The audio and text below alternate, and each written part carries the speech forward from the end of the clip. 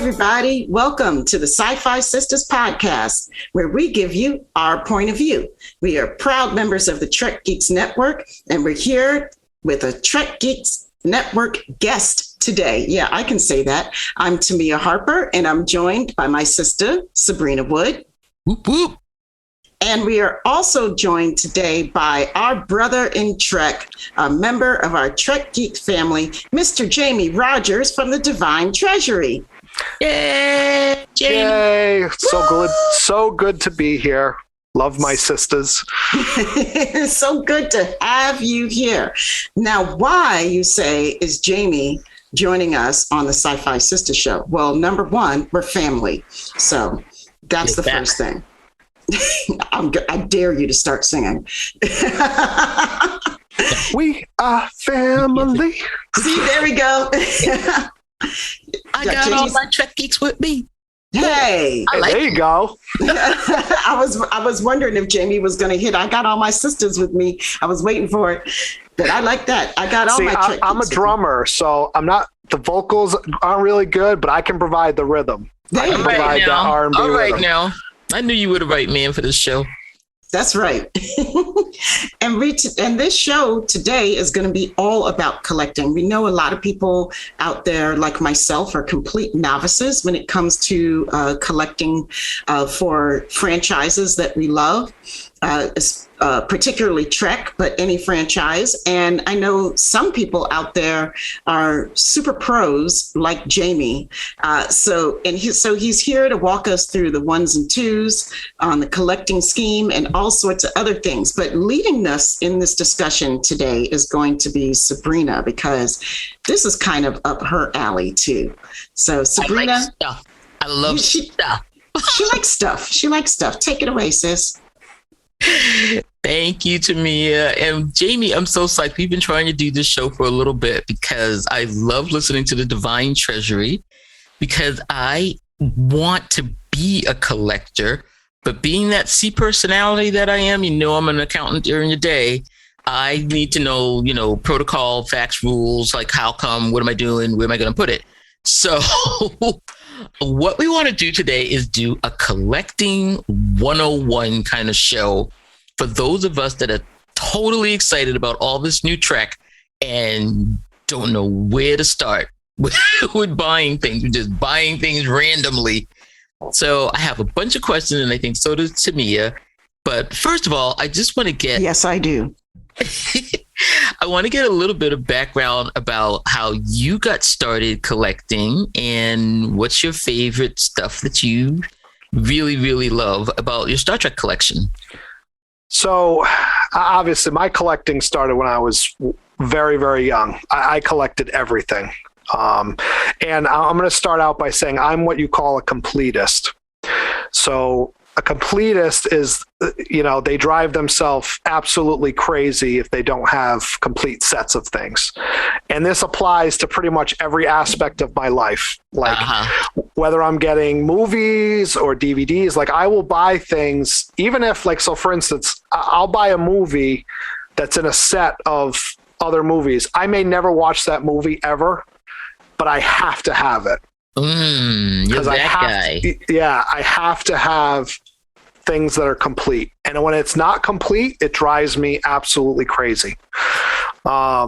It's weird too. Like I said, it takes on different dynamics. Like, my music side, I play drums. Like my drums all have to be the same brand. My cymbals all have to be the same brand. So like I'm very particular about how I do things. Condition's a big deal with certain things. It's not as much of a big deal with other things. Presentation's another big piece to it. So there's so many aspects of it, but it really started when I was very young. I started watching Star Trek. I think I was about 5 or 6. First thing I ever saw was the motion picture.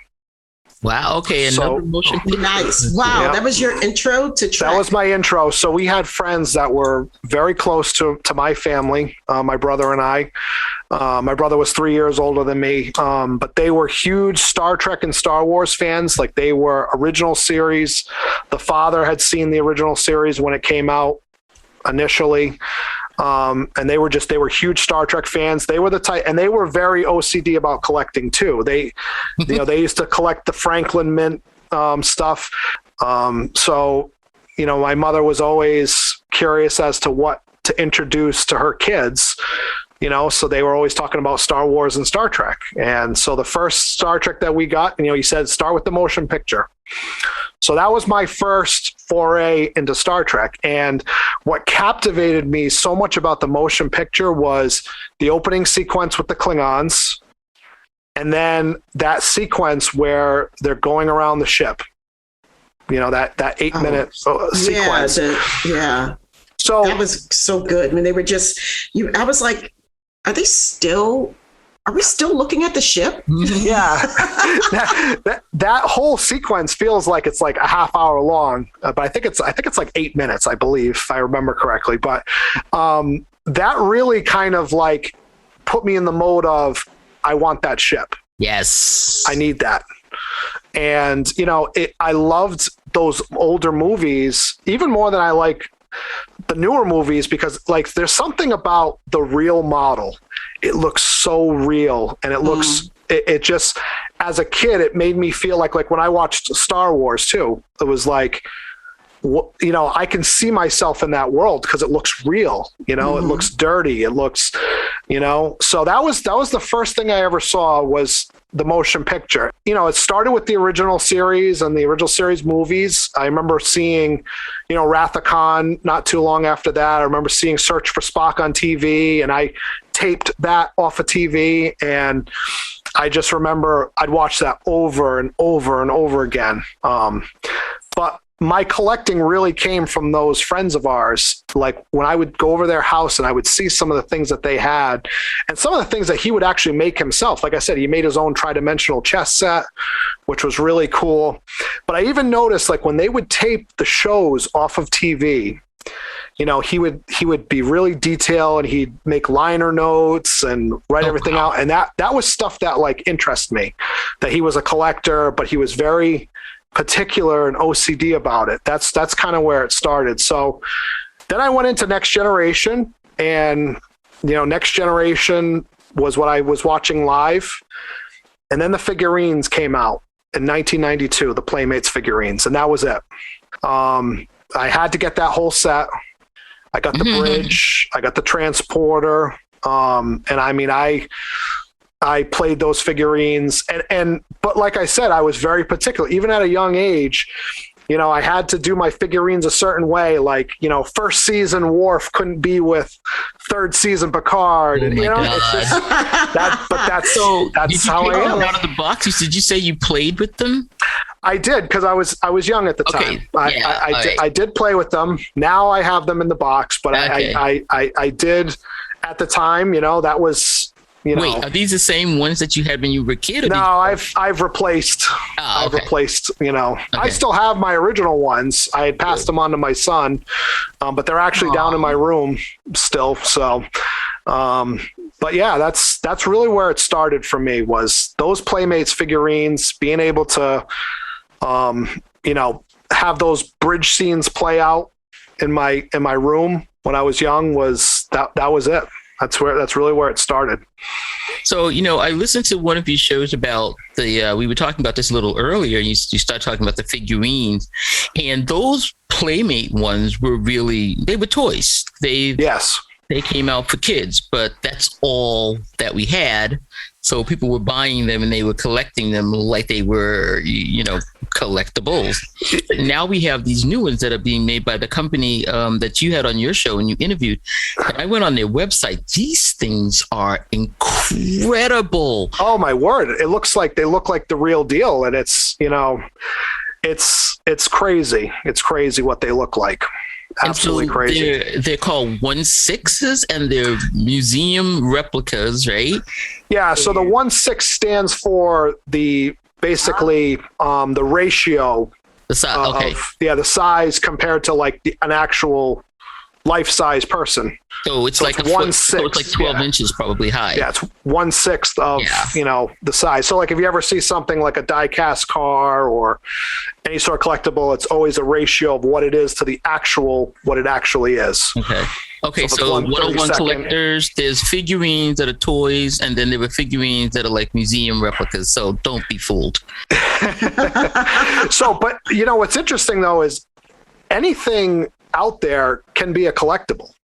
Well, that's what I was going to ask you. Like, what do you say to somebody who's like, I'm interested in collecting stuff, but I'm not really into ships, or like a lot of people, I'm not into the same type of stuff that a lot of collectors see. Like, I don't care about dolls. Ooh, don't call it a doll. It's an action figure.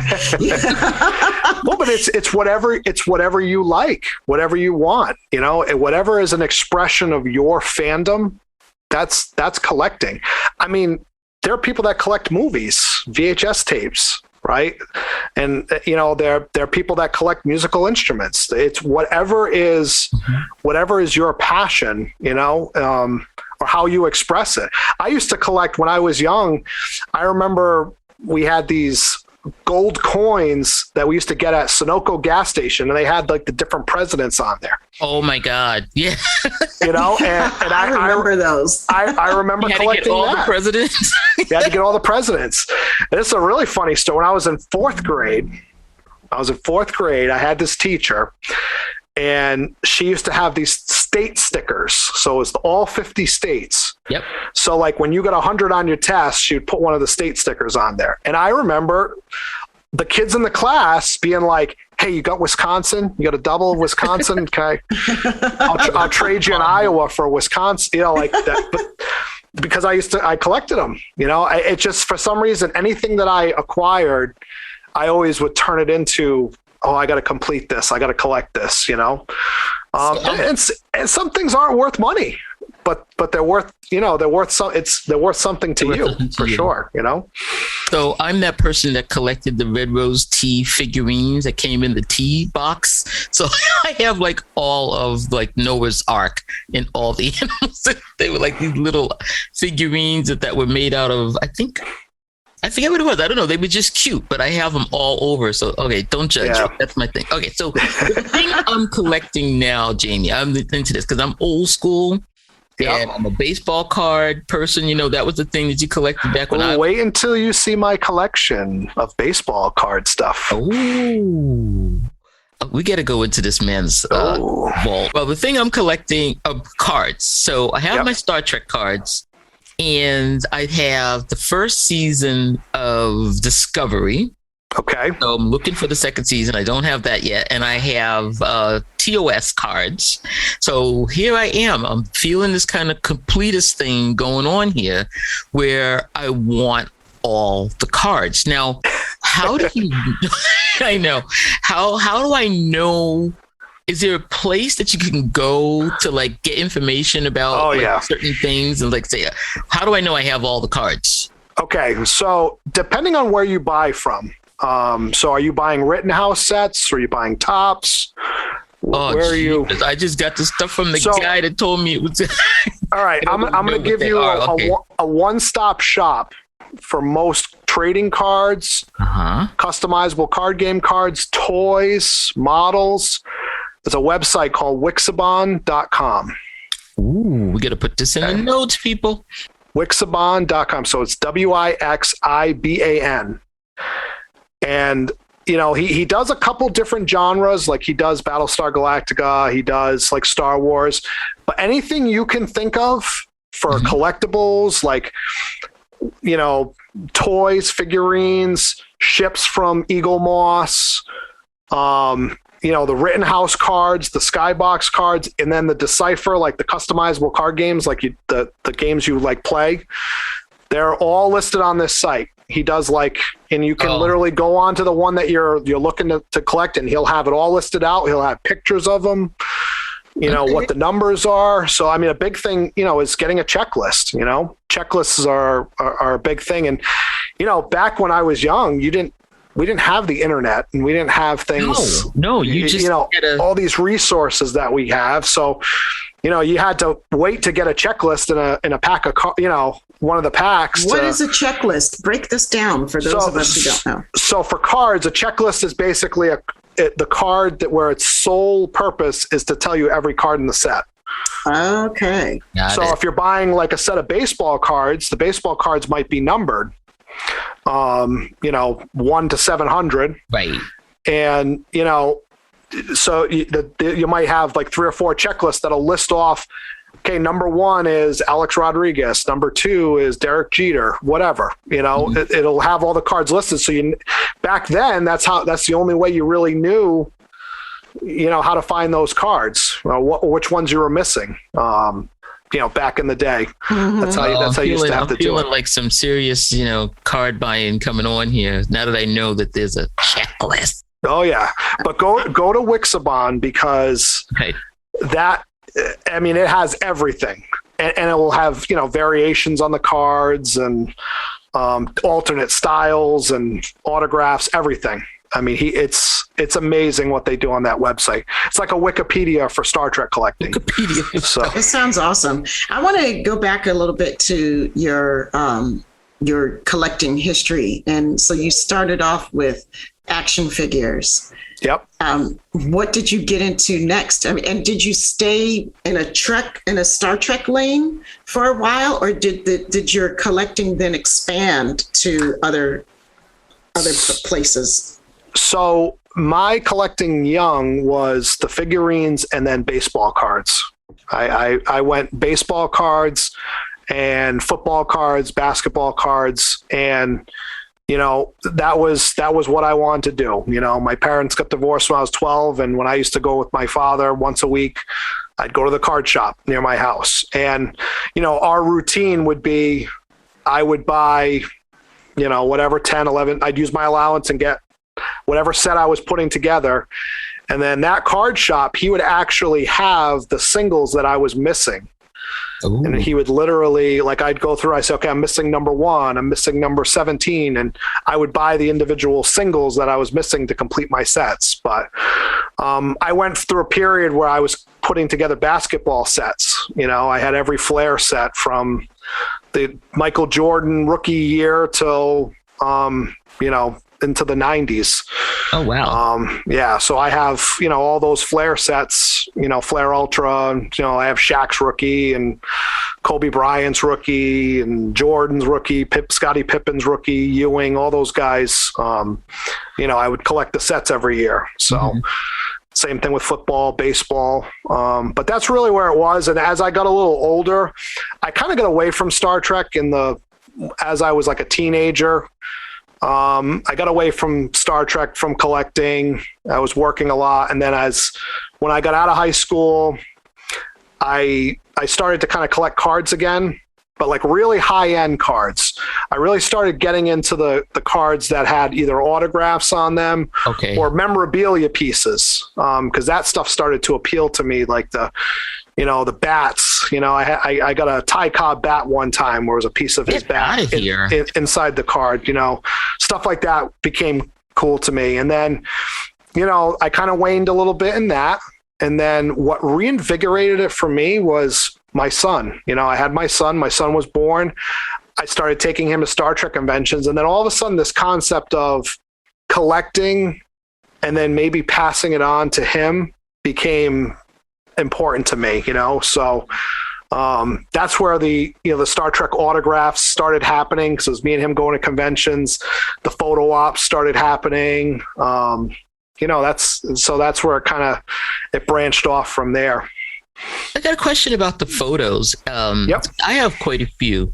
I've been on the cruise, I've been on the conventions, and we pay a bit of money to get those photos and those autographs. So what's the best way to preserve or to take care of the photos, and how do you show them? How do you keep them we used to have those old books with the black pages before and you glue them in, but we don't do that anymore.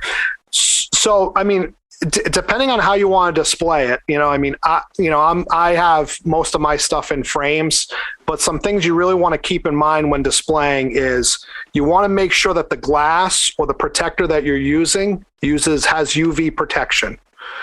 Because what can happen, and I'll use the example of a baseball. Have you ever seen an autographed baseball and it's nice and white and clean and crisp? And then have you ever seen a baseball that's like brown? Yeah. Right?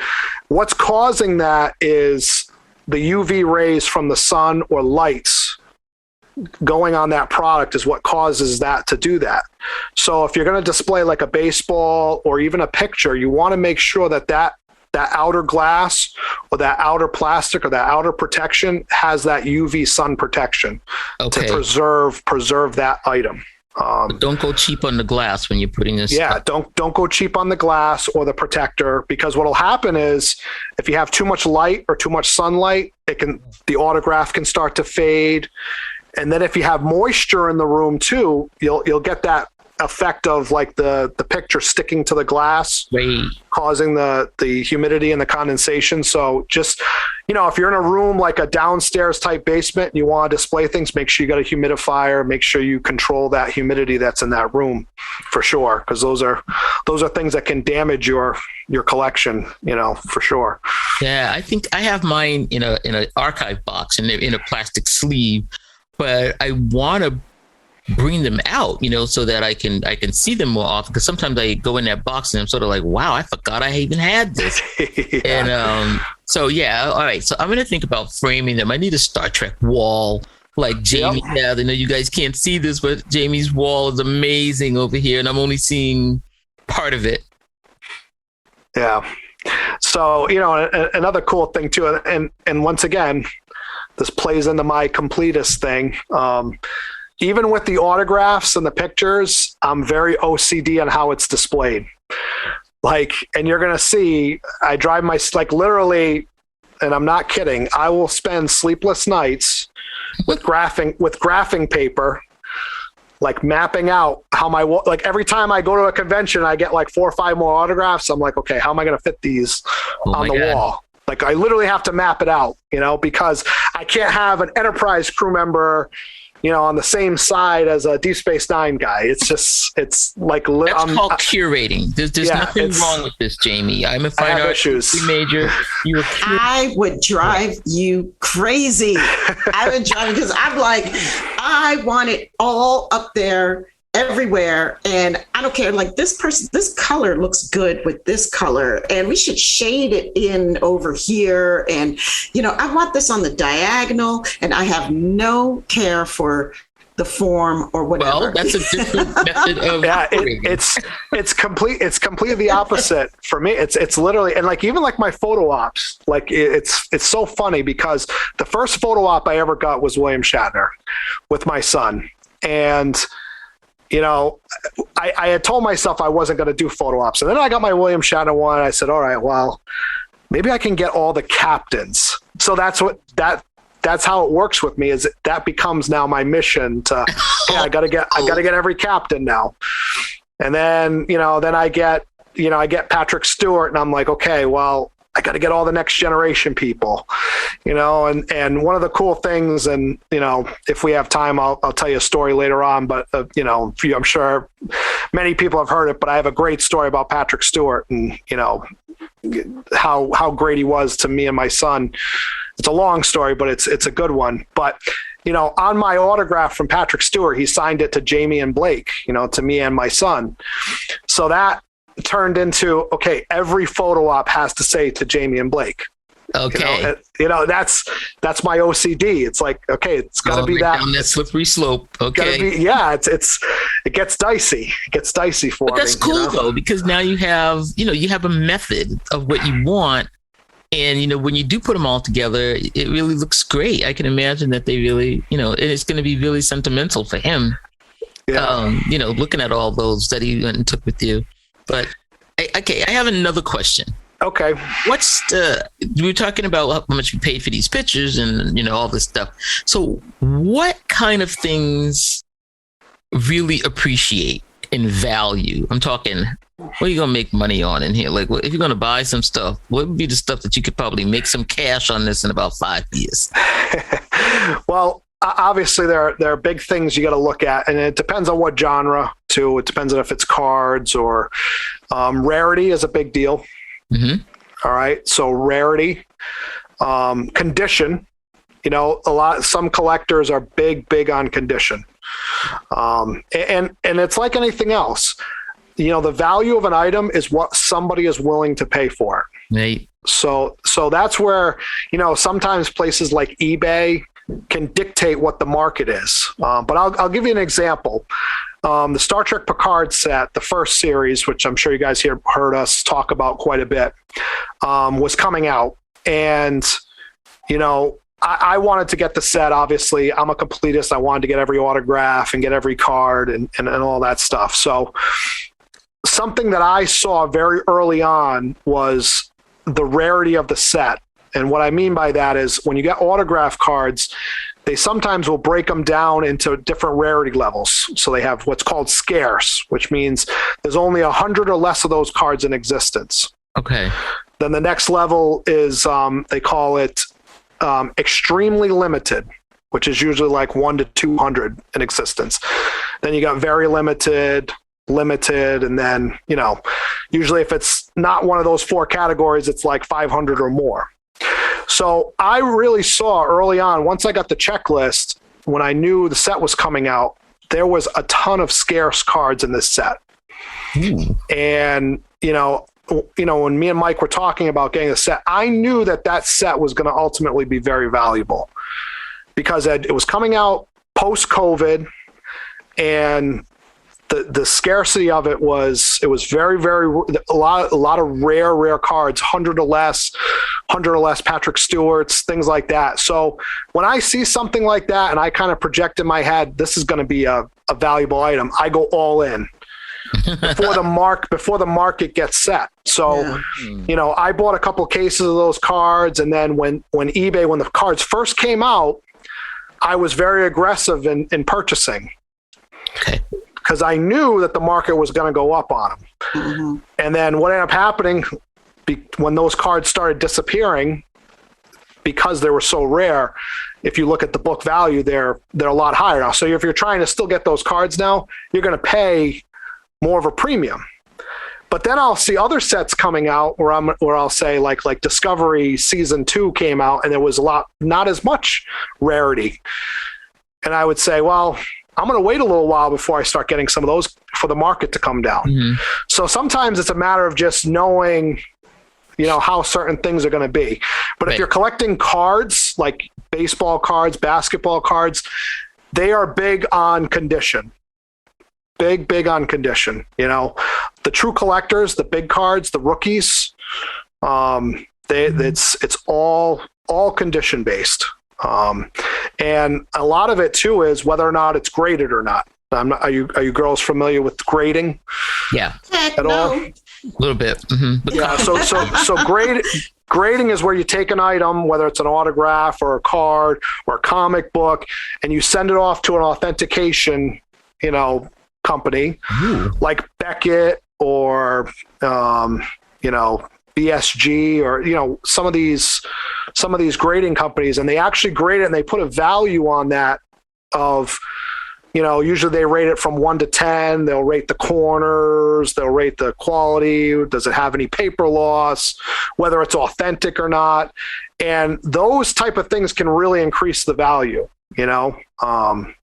if you got like a really well sought after rookie or a very rare autograph and you get it graded and it comes back with a high grade, that can exponentially increase the value of something. Okay. So exponentially, we mentioned comic books. And so this is my thing, comic books. And I think Yvette, who is at New York Comic Con today. Hey, Yvette. Hey, JD. She's another big comic book reader and collector. And so like you said earlier at the top of the show, my comic book collection comes from an older brother.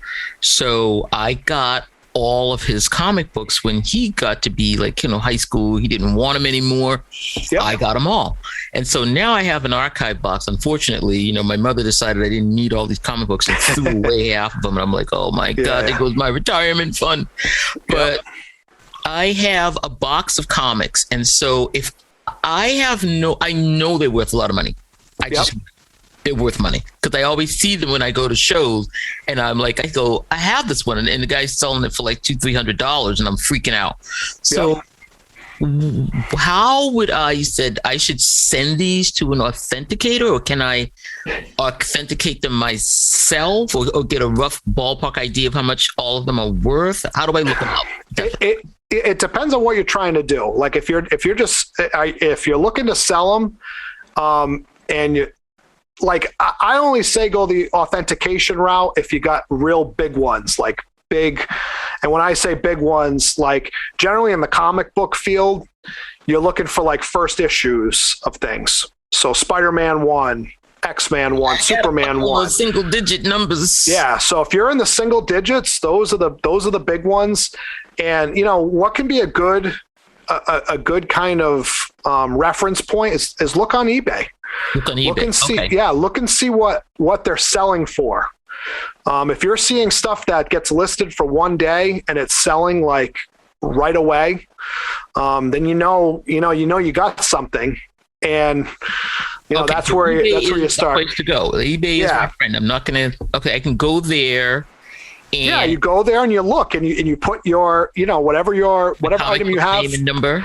Yeah, put it in the description and see how much they're going for. Mm-hmm. And then you kind of filter it out and see what ones have sold for, because people will put stuff online and they'll try to set the market themselves. Like they'll put out a crazy number, and I've done it too. I've done it where you have something that is worth a lot of money, and there's not a lot of them out there. So now it's a matter of, I'm going to put it out there and I'm going to see if somebody's willing to pay more than it's worth. Okay. So you want to be careful of that. That's why I'm saying, see what stuff is selling, what it actually sells for. What it's selling for. Okay. Yeah, well, what I'm saying, what it sold for necessarily. You know what I mean? Yeah. Not what somebody's asking for. Yeah. Because they might be two very different things, Yeah. Yeah. All right. So I'm going to do that. So I have so there's my card questions. You answered that. I'm going to go to this place and find out, get my checklist. So now you told me about my comic books. I'm going to eBay. I'm going to go check out all my comic books, man. I'm telling you, but this is going to be good. So the next thing I have like a quasi collection, I have like the little pocket books that were written like back in the day. Oh yeah. So I feel, okay, Jamie, stay with me on this. I'm staying. More now because they're not making them anymore?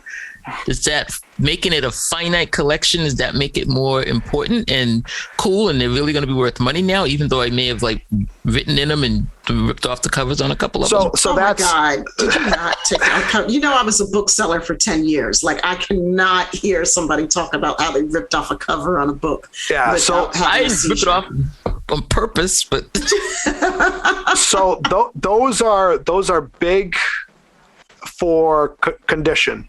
If you're looking to sell some of those things, condition is everything. Okay. So the ones that are written on, unless it's something that's very rare, or and I use this example, the golden example, and this is a card, but Mickey Mantle's 1952 Topps rookie card. Well, even I knew about that. Okay, go ahead. So it doesn't matter what's happened to that card, whether it's bent in half. Wow. It is the holy grail of cards. It is. And I have one of them. And, so condition matters, whether you're going to get $1 million or not for it. But if you got one, you got one. And people are willing to buy it no matter what it looks like. Mm-hmm. But there are other things like books, especially not the ones that aren't as rare, that people are really going to be particular about the condition. Sure. And any sort of, the second you write on something or you cut something, it really can change the value. And, so like what's happened in the past with cards is people will try to, because, card collectors are very particular about the corners of cards. Mm-hmm. So what people have done in the past is they would actually cut the card to make the corners sharper. Oh. Right. And so that's what you call modifying something. And collectors really don't like any sort of modification, the hardcore ones. And if you actually send one off to an authentication, they actually measure it, they weigh it, and they'll actually specifically say this one's been cut, and it really will decrease the value of something. So the second you start writing on something, or you take a cover off, or you rip a page, or, you stick it to something, you can really decrease the value, obviously. Oh, there go my pocketbooks. Well, I don't know. Those pocketbooks were out as soon as you said ripped, torn off covers, girl. Oh my God. But I have a bunch of them.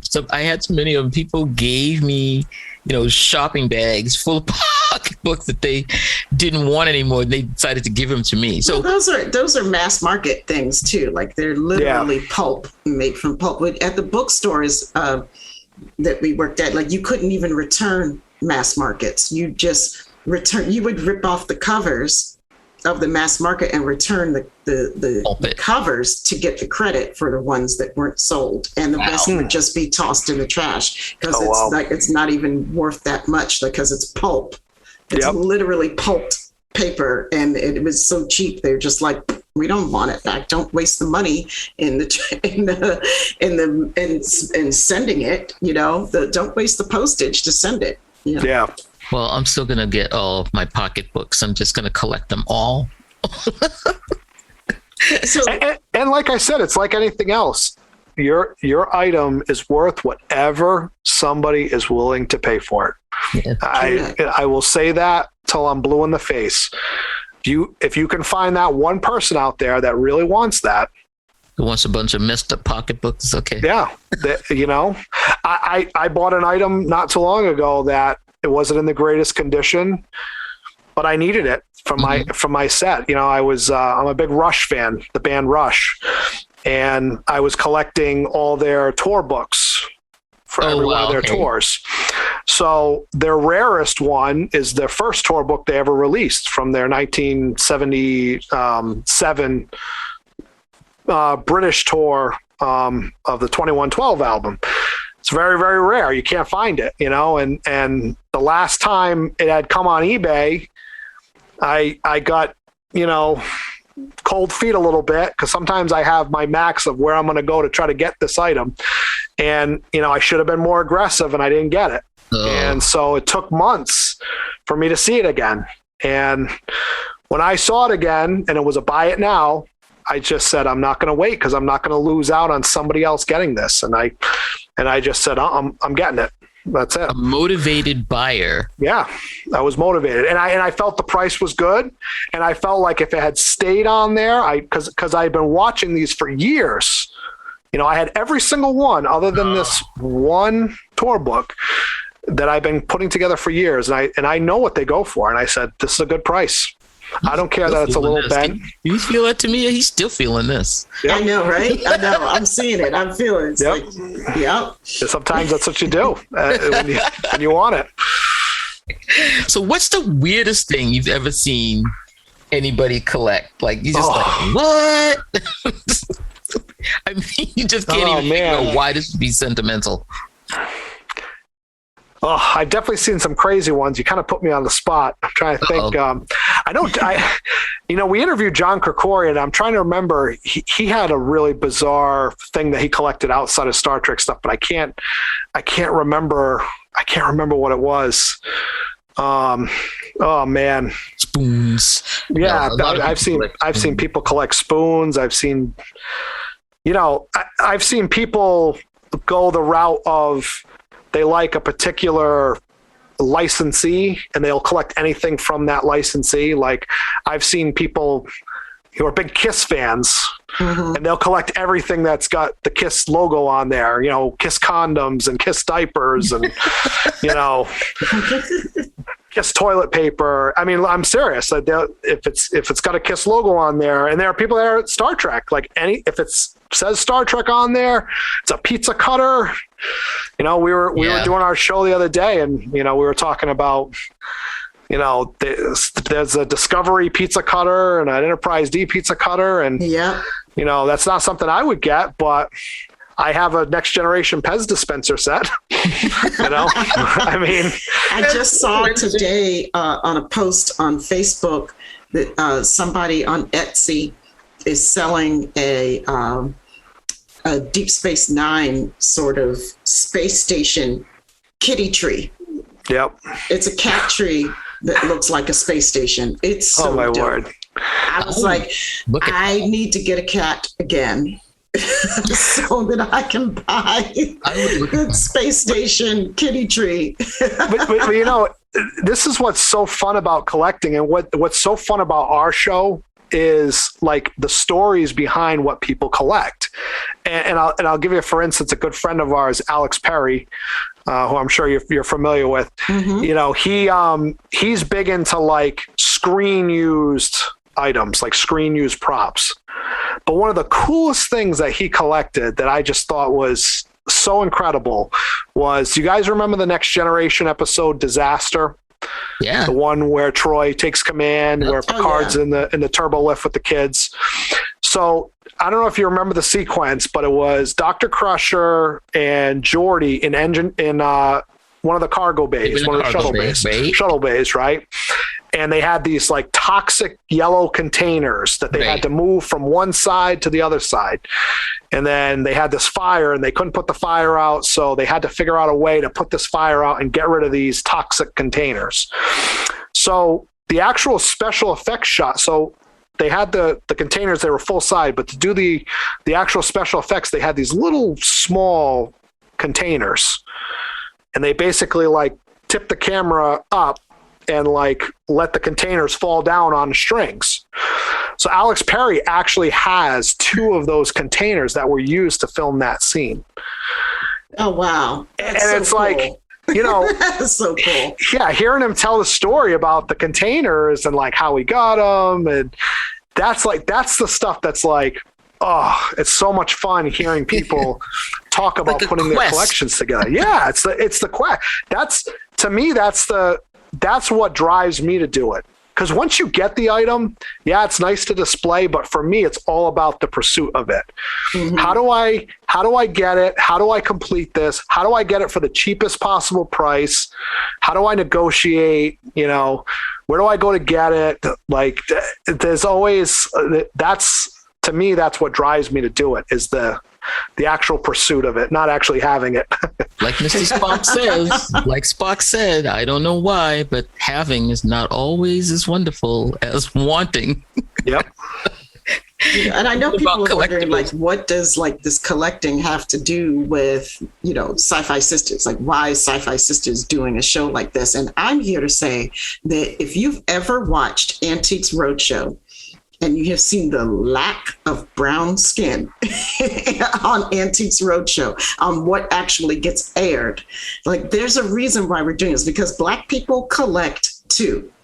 You know, we are there doing our thing and running markets and stuff too. But, you know, it pertains to us as well. You would never know that if the only thing you watch is Antiques Roadshow. A good friend of mine actually collected Black history memorabilia.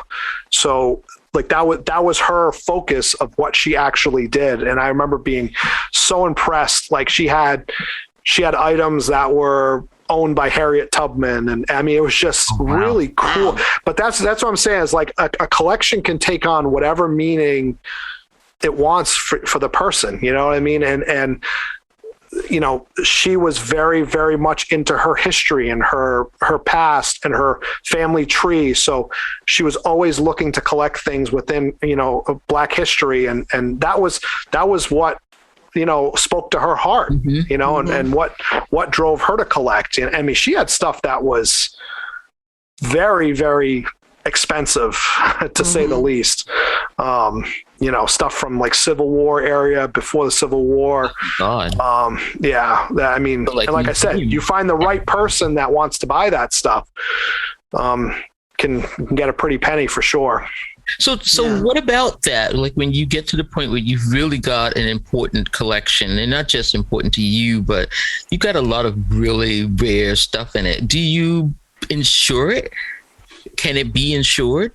Yeah, it absolutely can be insured. You know, it's like insuring a diamond ring. You know, it's like people put that on their home insurance policy. You absolutely can. You know, you can do other sort of supplemental insurance, but yeah, that's very important to, you know, to make sure that you take care of your stuff for sure, because things can happen like floods or hurricanes but you know, that's the part that's tricky, because yeah, there may be monetary things that you could replace, but you ain't going to replace a photo op with Patrick Stewart if he's never doing a photo op again, Mm-hmm. or you're never going to replace something that maybe is a one-of-a-kind item, because that's the tricky one to put a price tag on. Right. It's easy to put a price tag on something when there's 100 in existence or 250 in existence, but it's hard to put a price tag on something that there's only one of them out there in the world.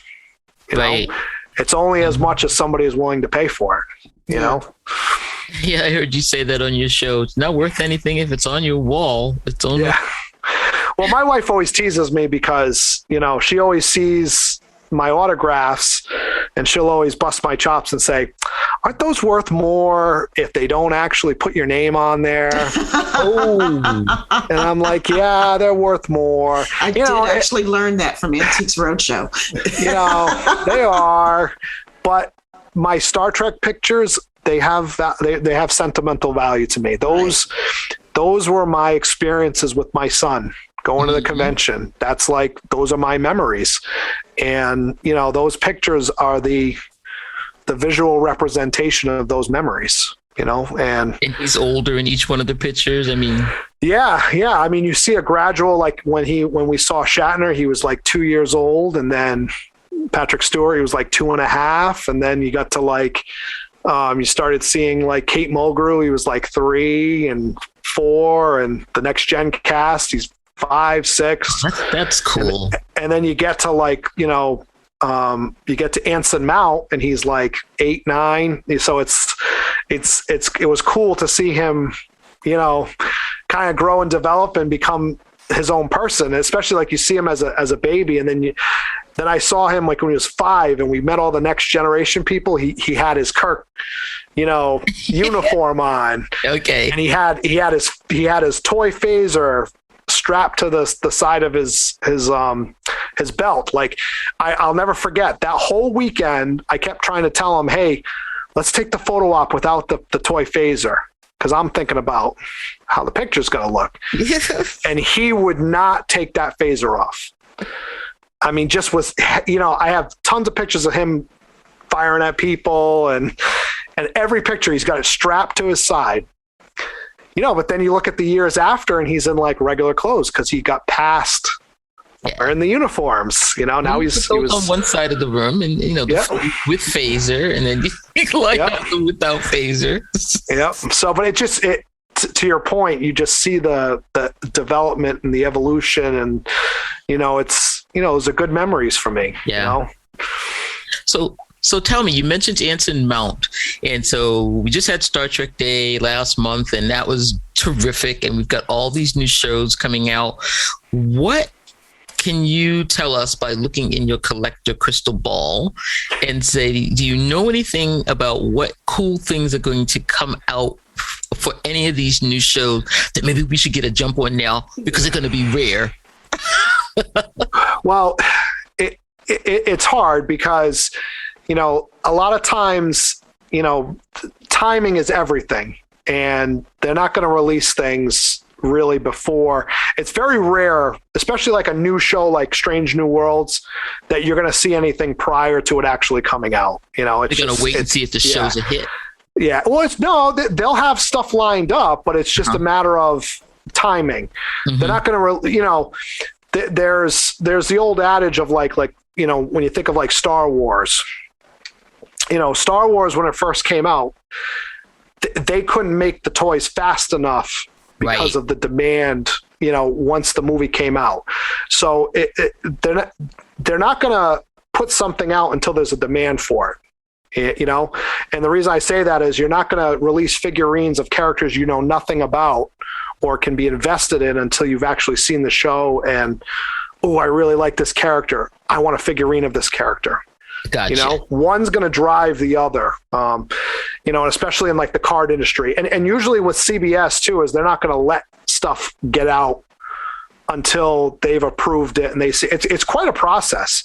I mean, you talk to licensees like Fansets, Rittenhouse, which those are people that we've talked to over the, I mean, it's quite a process to get something approved, so just going back to those X06, figurines, they have to make a mold, of that item.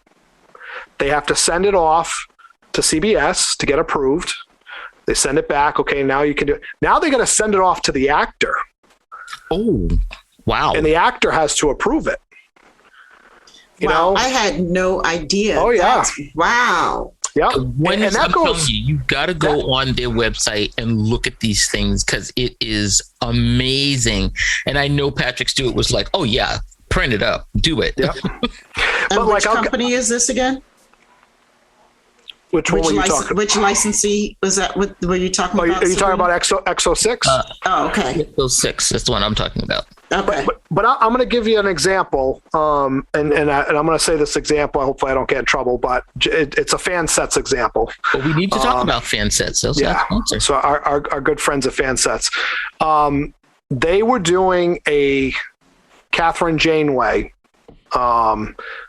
pin, and I mean, literally, they went to because their manufacturers are out of the country. So they went to the manufacturers back and forth.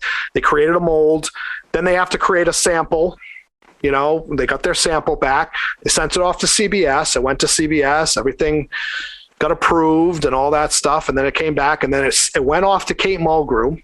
Now, if you remember in Voyager, the first season, she used to have the bun. I knew right where we were going. Right. She used to have the bun on her head. Okay. And then obviously as the show evolved, she started cutting her hair and, you know, she initially Kate Mulgrew hated the bun hairstyle when she was on the show. She hated it. It used to give her headaches, especially the long work days. So she complained and got them to allow her to wear her hair. Yeah, the Dax do for a moment. Yeah. Yeah, because it was tight. It was so tight. They you know, they always have this concept of it has to be tight because it's in space. So anyways, their first micro crew was her in the bun. So what do you think happened? Oh, that Kate back. Gets it, says, nope, no bun on there. Sent it back. They had to start the whole process over again. I love Kate. Wow. But that's what happens, you know? Wow. And you know, another guy who I love to death, one of the nicest guys, Scott Bakula. Mm-hmm. Yeah. Great guy. But he's been known to be very tough on approving stuff. You know, if you ever see him in like video games or on cards or like, I don't know if you girls ever played like Star Trek Timelines on your phones or whatever, but there would be very few Archer characters on there because it used to take him so long. He'd keep kicking it back, say, oh, I don't like my hair in this one, or I look a little bald in this one, or you know, whatever it is. Oh my God. But there's such a process for these licensees, you know? And you think too, like even the cards, like Rittenhouse, I mean, you know, they got to get all these actors to agree to do these autographs too. You know what I mean? So that's a whole nother process. I mean, you know, he's been doing it for so long. It's easy for a guy like that to, once he gets Patrick Stewart can say, hey, you know, you guys can all do this. He's a good guy, you know, but you got to think about that, getting that approval and, you know, that whole sequence is different, you know? Yeah. We know, you know, Kalia and over there at Science Division, and when they came up with that interactive Tribble, you know, she came and told us about what they had to go through to get that done. Yeah. It was just like, I know she's been on your show too. Yeah. And Jay. And so, you know, wow, I can't even imagine. I mean, it gets to the point where you could just say, I give up, but. Yeah. Well, that's where they were. They were right on the edge of giving up. And that's, you know, like I said, I mean, it's stuff like that happens, you know, where it can be very frustrating as a licensee to try to get a product out. But I mean, you know, you look at those XO6s and you can't imagine Kate Mulgrew looking at that and going, yeah, you need to fix, you know, this or that, but we don't know. Maybe those first had a bun on them. Yeah. And you know, it's funny because another fan got those pins for all the different iterations that were on, on their chest. But that is something that I can just see a lot of people collecting. I mean, they have some fantastic pins. They really do. Oh, yeah. The last group that came out, did they have the Tayshaun pin? Did they have a Lower Decks pin? Did that come out yet? They have the set of the crew, the original 7. Okay. From season 1. So you have your your Mariner. I'm there. Tayshaun has not come out. Yeah, I'm sure it's going to come out because and will be quickly gobbled up, I'm sure. Yeah. Love that show. That was the thing that just totally won me over with Lower Decks when they brought him in, the Temerian. I was just a goner. So I have a question about that. So if you have a person who has never listened to the Divine Treasury before, okay, what do you want to tell them about the show to entice them over? Because I'm encouraging you all, if you haven't listened to the show, to please listen, because it's so much fun and it's so informative. I learned so much from the show. It's so cool. And I really didn't think that I was going to be interested.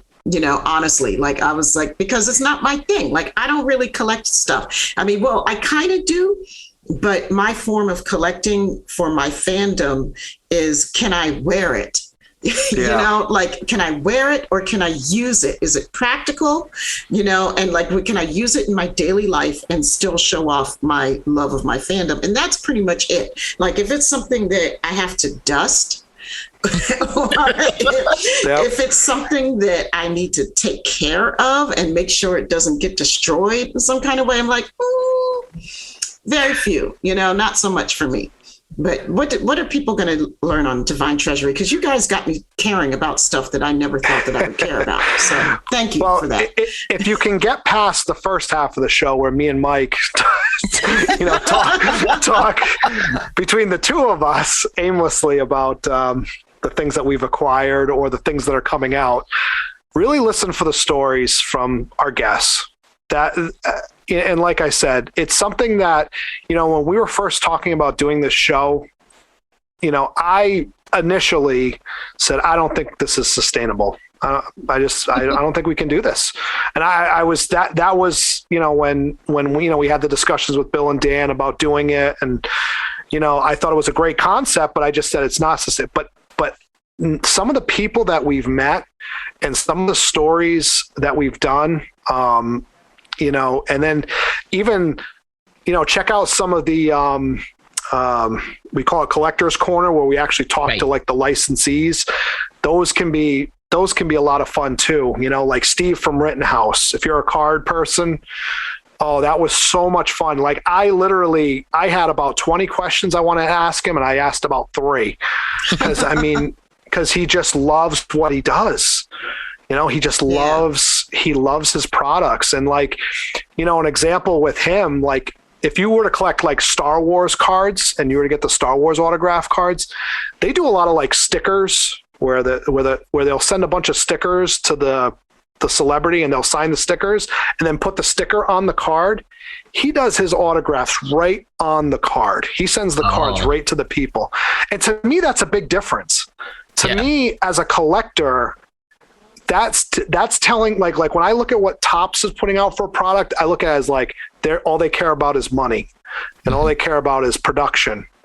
They're going to send a bunch of stickers and then they're going to me, it shows care that Steve is nope, I'm sending the card to them. This card was autographed, So that's a big difference to finding me. Things out like that is super cool, talking to Dayton Ward, that was so much fun as well, That's a great show. Anybody that loves the books, listen to that show. Yeah, and it's funny because, the interview was good, but when you listen to the Collector's Corner of Dayton Ward, it was just so much better. When he really started talking about the process of what it takes to do a novel and the collaboration and, how he went from basically being a computer programmer who did this part-time to now this is his full-time job. I mean, it's just, you learn things about people and you learn about what motivates people. And like I said, it was something I never thought I was going to experience. I thought it was, it's going to be hard to sustain a show like this, but just, and some of the friends and meeting, wonderful people like you guys is just, it's such a good experience for sure. So listen to the second half. If you can't get through the first half of just me and Mike, rambling on, just fast forward to like the second half. Like, like Jake Black's interview was wonderful too. Yeah. That's another wonderful one to check out. But, what's become the favorite part of my show though, is the awards section.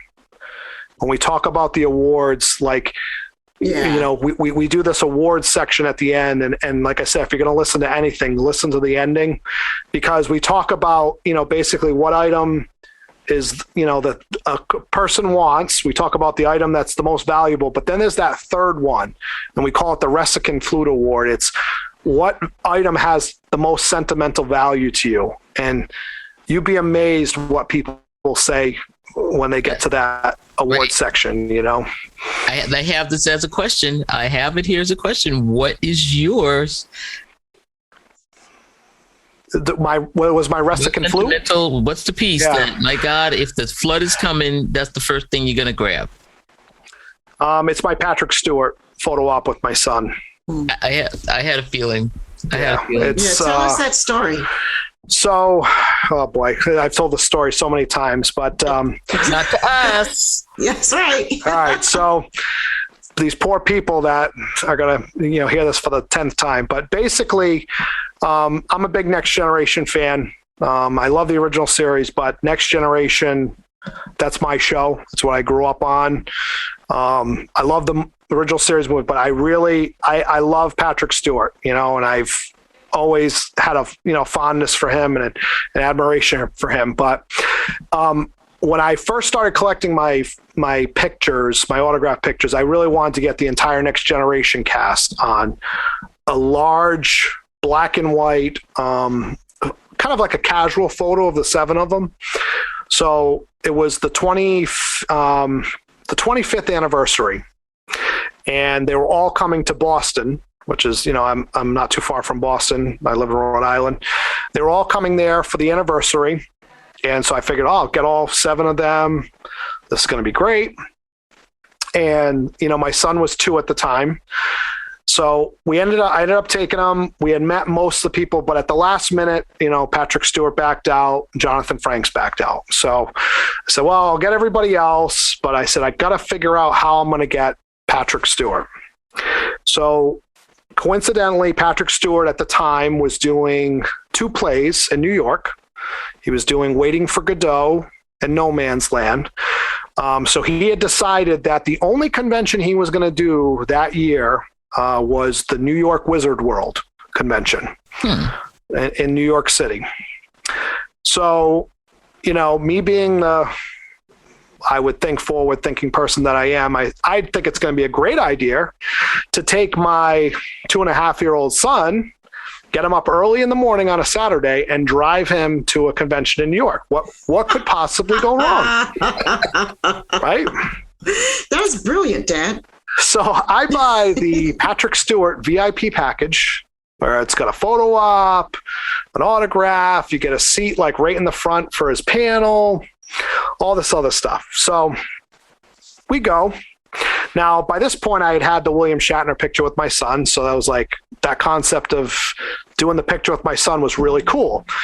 But that William Shatner picture, William Shatner was sitting in a chair, which is what he does most of the time now.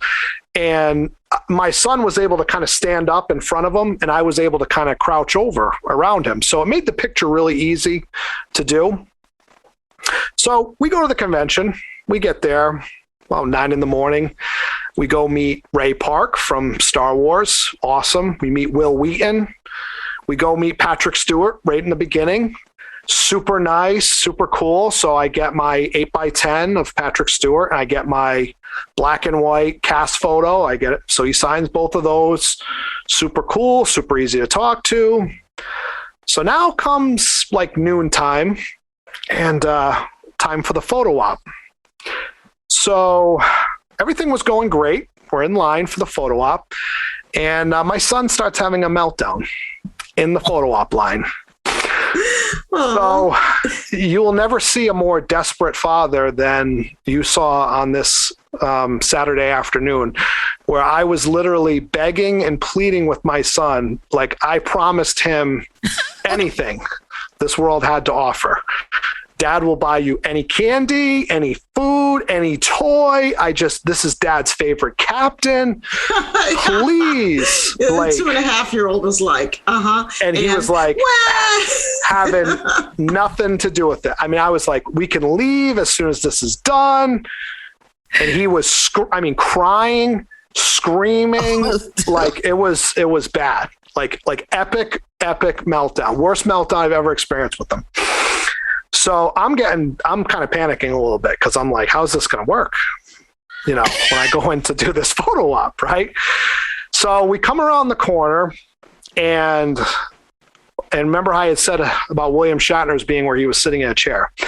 I come around the corner and I see the photographers sitting in a director's chair, and he's got this like full stand where the camera is sitting on this stand. It's not moving. And I'm like, oh, this isn't good. So now I turn and I see Patrick Stewart standing up. And now I'm really getting nervous because I'm like, how are we going to do this? My son is screaming at the top of his lungs. Patrick Stewart is standing. How are they going to do this picture? So I get to be almost my turn. And I get to the little assistants and I say, hey, so how are we doing this picture? And they're like, we're doing one camera angle. That's it. He's standing up. You're going to have to pick your son up. That's what we're doing. So I'm like, oh boy. So I'm like praying to any God that I believe in. And we go up and I go to pick my son up and he snaps, like just whatever he was doing before was like times 10. Screaming, hands going all over the place, kicking, all this other stuff. And my heart, like when I tell you, like sunk, I thought this was like the worst day of my life. Like I was literally like getting ready to break down and cry. So the assistants who are there are getting very upset with me. And they're literally like, you need to get your son under control or we're going to have to ask you to leave or get out of the line. So all of a sudden, I hear this voice, and it's Patrick Stewart. And he yells, stop everything. So my first thought, this is going to be a story for the ages because Patrick Stewart is going to throw me out of his photo op. I know, right? Right? So he goes, stop everything. And he points at the cameraman and he goes, I want you to take that camera off the stand. We're going to change the whole camera angle. And everybody just stops and kind of freezes in their tracks. And they're like, what did he just say? And they're like, they start arguing and all this other stuff. And finally, somebody who was, I don't know where I was. I was like, not even on the planet at that point. I'm like in a corner, curled up somewhere crying because I'm not going to get a picture with my favorite captain. So somebody there said, take the camera off the stand. If Patrick Stewart tells you to take the camera off the stand, you take the camera off the stand. So they start like going around. Like I said, I'm curled up in a corner, sucking my thumb, whatever I'm doing. And Patrick Stewart gets down on his knees and starts talking to my son. Oh. And literally just, and I'm not exaggerating, had like a 5-minute conversation with my son.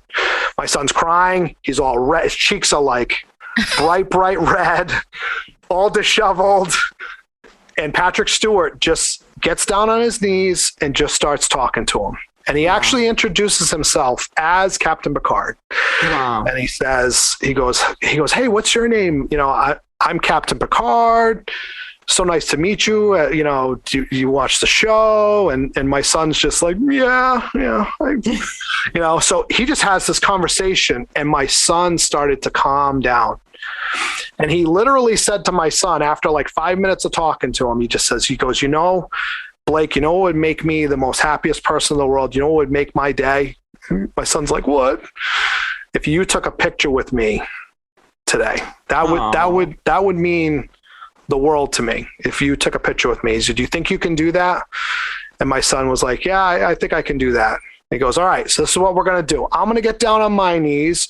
You're going to stand up. Your dad's going to get down on his knees, and we're all going to take a picture together. Well, how does that sound?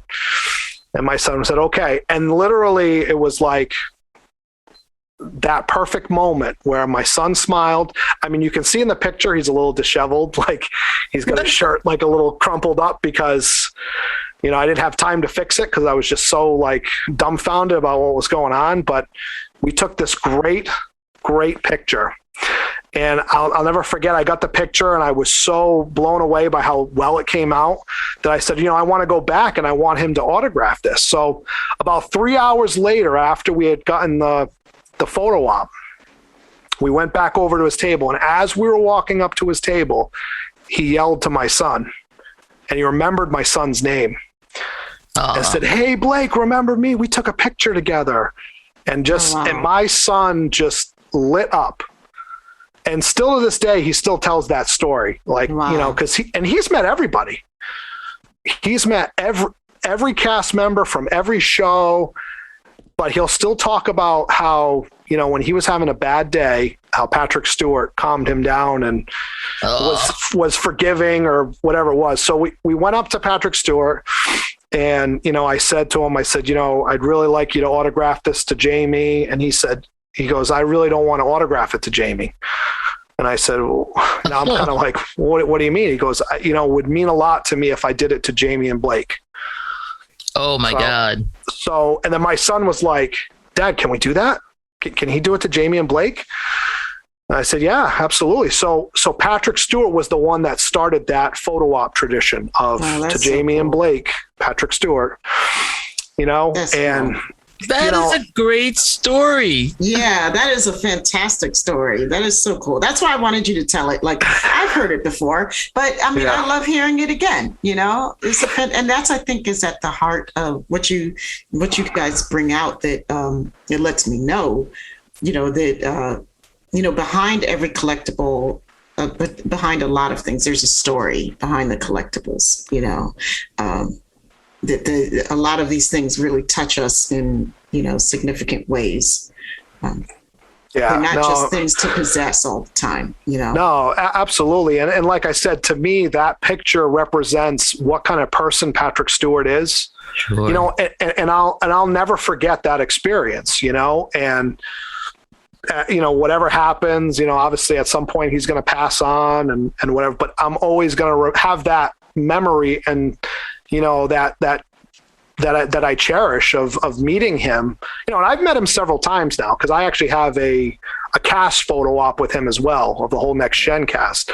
And I've got other autographs and stuff of other times I've met him, but that one particular was so special. And even his panel, he was just, I've never seen somebody, you know, at the end of a panel actually argue with the moderator. You know, the moderator told him that time was up and it was time to get off the stage. And he actually said to the moderator, he goes, I'm not getting off this stage until every person that wants to ask me a question, asks me a question. Oh, wow. You know, I've never seen somebody do that, you know, and it was like 7:00 at night. I mean, he was done, probably tired, but sure. He was just, you know, he's just a guy that truly is humble and appreciates the fans and appreciates what he has in life. And, you know, it means that collectible means something to me because of all these other elements, you know. You know, it's so funny because he's such a class act that the last Emmy Awards that happened, Michaela Cole won the Emmy for I May Destroy You. You know, I've been watching this thing all night and I was so rooting for her to win this Emmy for writing. And when they called her name, it was Sir Patrick that was giving her the Emmy. And when she got up on the stage, you know, Brit to Brit, she did this little curtsy to him and he just gave her this thing. And I was like, oh my God, he is so cool. She was just like, Sir Patrick. I said, yes, girl, that is who he is. It was just a moment that I just loved. He's just all that. He really is. So yeah, there's just so much depth to him. Story. No, it's definitely, it's definitely something that's meant a lot to me over the years and something I'll never forget for sure. Yeah. So, Sir Patrick, if you're listening, and we know you and are. I know you are, we just love you. We do. We love you guys at Divine Treasury. We love you guys. I mean, we love you too. I love our Trek Geeks family. It's so cool. When you were talking about, we just sit here and talk about this thing that we happen to love, and it leads us to all these other people and all these new experiences. And that's what's been so amazing about about the Sci-Fi Sisters saying like, hey, we just want to talk about stuff from our point of view and our perspective, and let's have some fun. And then we meet all these people and our lives are so enriched, and, we go down different pathways than we thought that we would ever go down. Because honestly, I could tell you right now, honey, I did not think that was going to be a show that would interest me, but it has, it has. And now I'm just waiting for you guys to do like a Geeks Antiques Roadshow. Yeah. I'm just waiting for you guys to take the reins and do it, because I'm all over that. That would be great. And we'll get some brown skin on that too, right? That's right. That's right. Thank you. All right. Well, thank you so much for joining us. I'm sorry Mike couldn't be here, and I'm sorry the rest of the sisters couldn't be here, but they're all doing cool things. I hope Mike is. Oh yeah, yes. No, he's doing cool things, and I could talk for hours about this stuff. I'm sure you can see that I get very emotional and passionate about this stuff, and it's a part of my fandom. It's how I express myself, That's what it is. I mean, you hit on it a few times when you said that. We do a thing on our social media called Fandom Fridays, and we just ask people to show us what they're geeking about, and people just take a picture of stuff and show us their cool things, and people just love Star Trek, and they love collecting things about it, and especially if it has some sort of meaning or story behind it. And that's what I truly do love about listening to your show. It's like, I get a lot of good ideas. In fact, and I know where I'm going to get my checklist and da. But the stories are just amazing. So I really appreciate it, and I love it. It's a great show. So, hey, Jamie, where can people reach you if they want to reach out to you guys? Yep. So Divine_Treasury is our show handle, and so you can find us, on Twitter. Twitter is mostly where I hang out. I am JMROG84. Pretty much most of the things I talk about are positive things, positive things in my collecting, and I'm currently doing the USS Enterprise D build. So if you follow me on Twitter, you get to see all the steps to the Enterprise D as I put it together. So that's the follow. Nice. Hear that, folks? Follow that. All right. And if you want to reach us, you can find us on the Twitter also at Sci-Fi Sisters, or on Facebook at Sci-Fi Sisters. And we also have the Sci-Fi Sisters Mothership Group, and we have the Sci-Fi Sisters Book Club. And on Instagram, we're sci-fi.sisters, and that's SYFYSISTAS. And before we leave, we can't do anything without shouting out the baddest engineer in the universe, and that's Dose the Anonymous. Dose. Feeling better. We love you, Dose. We hope you're feeling better. And if you need his services for either music or production services, you can reach him at dosetheanonymous1@gmail.com. That's DOSTHE, the number one. No, DOSTHEANONYMOUS, the number one, at gmail.com. Oh, I can get it together. It'll be in the notes. It's in the notes because I can't spell. And Sabrina. Yes. Thank you so much for leading us down the collecting road. See, yeah, sorry, I told you were going to like it. The conversation. It's funny because I'm like, oh, why didn't I talk about this? Or why, I get on these tangents and. Well, save that for the next time. Yeah. Yeah. For sure. All right. So what I'm going to do is I'm going to log in on my iPad so I can walk around the room. Okay. Okay. So we can do a little tour. Hold on 1 second. The last thing is, thanks for listening, y'all. See you next week. We're out. Bye. Peace, love, and hair grease.